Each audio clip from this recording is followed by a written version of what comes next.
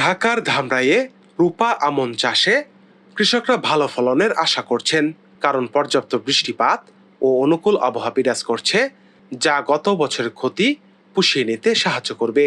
রূপা আমন ধানের ক্ষেত প্রকৃতির খেয়ালে গাঢ় চিরসবুজ রং ধারণ করেছে। চলতি বছরে এ জেলার 15টি ইউনিয়ন ও একটি পৌরসভায় ৮,৫৬০ হেক্টর জমিতে রূপা আমন আবাদ লক্ষ্যমাত্রা নির্ধারণ করা হয়েছে। ইতিমধ্যে লক্ষ্যমাত্রা অতিক্রম করে ৮,৫৮০ হেক্টর জমিতে রূপা আমন চাষাবাদ সম্পন্ন হয়েছে। রূপা আমনের বাম্পার ফলন হবে বলে কৃষক কৃষাণরা আশা করছেন। উপজেলার বিভিন্ন এলাকায় ফসলের মাঠ ঘুরে দেখা গেছে, ধানের পুরো মাঠ এখন সবুজের চাদরে মোড়ানো। সবুজে ঘেরা রূপা আমনের মাঠে কৃষক ব্যস্ত সময় পার করছেন।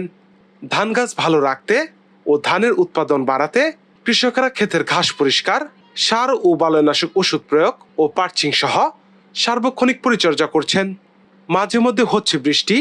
রূপা আমন আবাদের জন্য আবহাওয়া রয়েছে অনুকূলে, তাই ফুরফুরে মেজাজে রয়েছেন কৃষকেরা।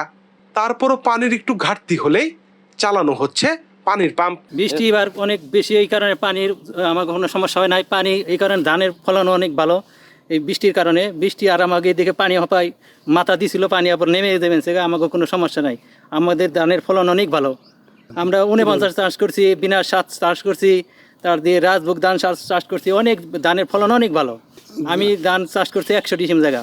অনেক ফলন আমি ডিসিমলে পড়াই যে ধান এবার যে বছর আশবিরা আদামনা এই বছর 6 পাহাড়ি ফলন আসবে নিচে।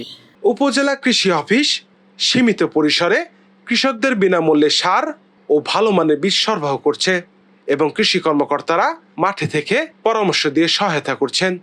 ফলে অনেক অঞ্চলে লক্ষ্যমাত্রার চেয়ে বেশি জমিতে চাষ হয়েছে এবং রোগবালাই কম থাকায় বাম্পার ফলনের সম্ভাবনা দেখা যাচ্ছে।